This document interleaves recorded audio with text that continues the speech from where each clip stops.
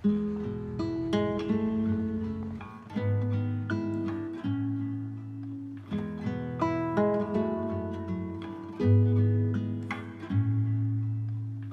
and welcome back to my channel.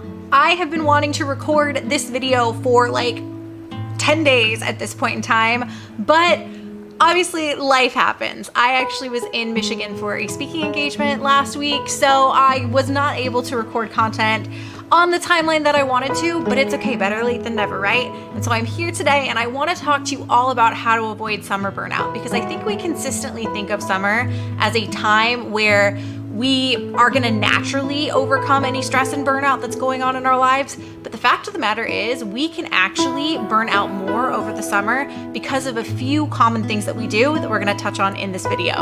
The irony of recording this video right now is it sure as hell does not look like summer outside as I record this. Seattle is being Seattle-y today, so even though we've had some beautiful weather lately, it doesn't really feel like summer when I look out the window right now. But it is. We are in the midst of summer. You know, I feel like that point where we go from Memorial Day weekend into June, that is really when summer truly starts. And so let's talk about some of the common things that can come up during the summer that actually might add to our burnout as opposed to help us recover from it. Also, random side note, but if you have any interest in having me kind of do like a vlog, behind the scenes, whatever, about me going on any of these speaking engagements, let me know. That's definitely something I'd be very, very interested in and intrigued toward doing. And I actually am in the process right now of booking another speaking engagement, especially one that is an in-person, not a virtual, that is at a women's summit in Philly in October. So if that is something that you are interested in seeing, drop a comment below. But with that, let's go ahead and get into all of our tips for today about avoiding summer burnout. So for a lot of us, summer can end up becoming a time where we end up having more on our plate as opposed to having less. A lot of times, you know, we get bombarded with social events that, because it's summer, we obviously want to go to. We also might feel the need to do it all. I know for me, I really struggle with not only the fact that this can be a really busy season, you know, I tend to book a lot of speaking engagements this time of year, but also the fact that I want to do it all socially. I want to do it all with my hobbies. I have a paddleboard that I love to use during the summer. I love to go hiking during the summer. So for a lot of us, we can feel this impulse to want to just do it all and do it all the time. When the fact of the matter is we do still have those bandwidth limitations that might keep us from being able to do that. Last but definitely not least, when it comes to contributing to our burnout in the summer, is the fact that we might have coworkers who are taking time off. And inevitably, when people take time off in our organizations, that work that they would have to do usually ends up on us or on our teams. So inevitably, you are going to potentially be dealing with more at work because people are heading out on vacation. There's also this mistake, myth, or frankly, just this overly optimistic belief that we seem to have that whatever stress and burnout we might be experiencing is just going to be fixed by taking a long weekend away or us taking time off. That is also a fallacy. That is not true, and you are not going to recover from any burnout and stress in your life just by taking, an extended weekend. That's not a thing. So what are some things that we actually can do? And I think one of them is creating unavailable hours for yourself. Now, when I say this, what I mean is this. For a lot of us, we are always on. We are always checking into our emails, responding to work requests, being available to clients, whatever it might be. We are always on, and we are really never off the clock. That might be something that absolutely resonates with you. If it does, go ahead and drop a comment below, because that is definitely something I think a lot of us feel.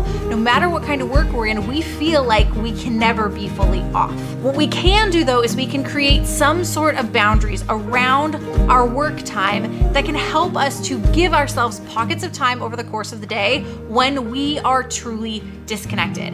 If you don't have those times, you are always going to feel on edge and you are always going to feel burned out. So probably the best thing you can do is to create those unavailable hours for yourself. Maybe they are in the morning. Maybe that is your personal self-care time and you do not answer messages, calls, whatever from clients or from work in those pockets of time. It doesn't even need to necessarily be an hour. It could be 30 minutes, but you've got to give yourself those pockets of time where you feel like you can turn off Otherwise, you're gonna constantly feel on edge and you're gonna constantly be pushing toward burnout. It could maybe be in the evening, time that you spend with your family. Maybe that is your off limits time, but designating some time over the course of your day where you are unavailable, perhaps even unavailable to other people in general, is gonna be really, really important for your longevity and preventing burnout. It's also really important over the summer to, tip 2, not overschedule yourself. Summer is obviously the season of social events, but it's important to remember the fact that you don't have to attend every single party or gathering that you were invited to.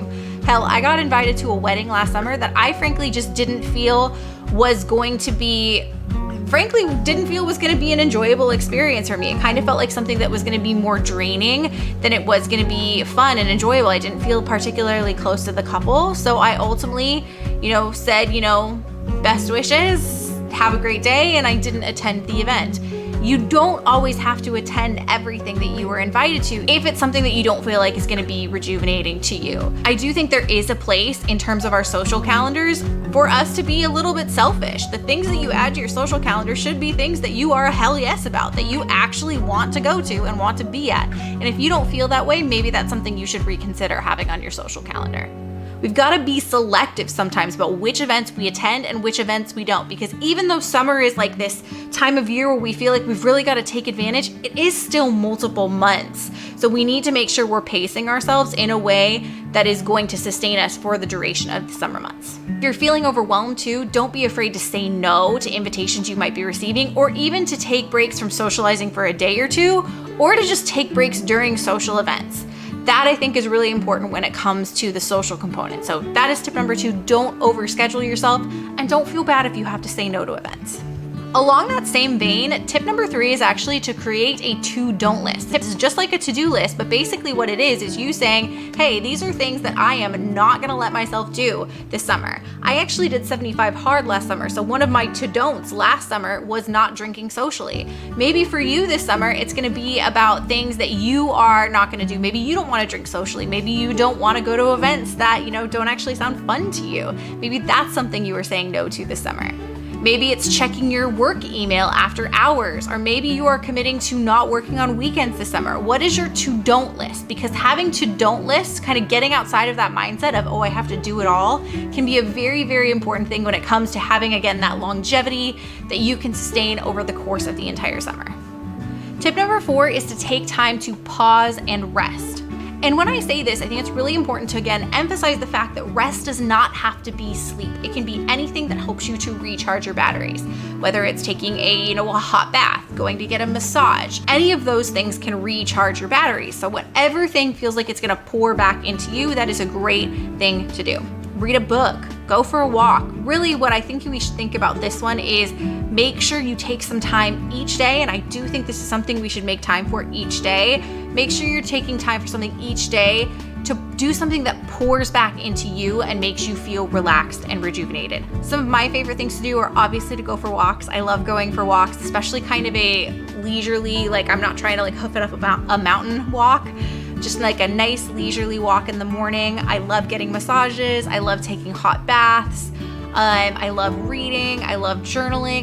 One of the things I love to do is I love to go to a coffee shop, or actually I'd love to go to a wine bar or a brewery when it's very, very early in their hours, when there's not a lot of people there. Order a drink and just sit at the bar and just journal. And I think it's really, really fun. It's actually a really fun conversation starter, but that's definitely something that I love to do, that I feel like is that disconnected time where I can just pour back into myself. Our next tip is all about setting realistic expectations. Okay, let me break down what I mean when I say realistic expectations. Because again, it is so easy to get caught up in the excitement of the summer and want to do everything at once, right?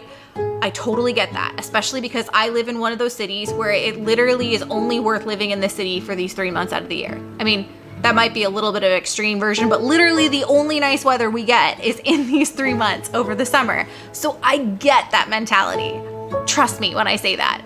However, we have to be really, really cognizant of the fact that we cannot do everything over the summer. We are not going to be able to go to every party we are invited to. We are not going to be able to hike every weekend or whatever it might be. Sometimes we can set these insane expectations for what our summer is gonna be like, and then get disappointed when A, those expectations aren't met, or B, we don't feel like we have the energy to meet those expectations.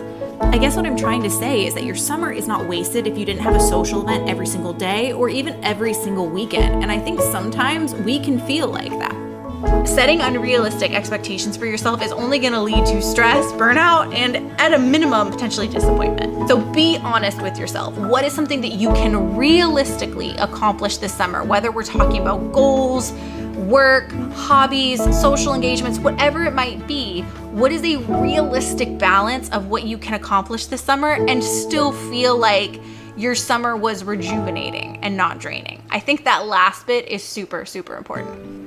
And then last but not least, and this is perhaps something that I don't think is exclusive to summer, but I do also think is very, very helpful in the summer, create an enjoyable morning routine. I actually think summer is probably the best time of year to really hone and fine tune your morning routine because mornings are earlier. We have much more daylight. Shoot, in the Seattle area, the sun rises at like 5:15 and doesn't set until after 9. We have crazy long days in the summer, which is part of why I really, really like it.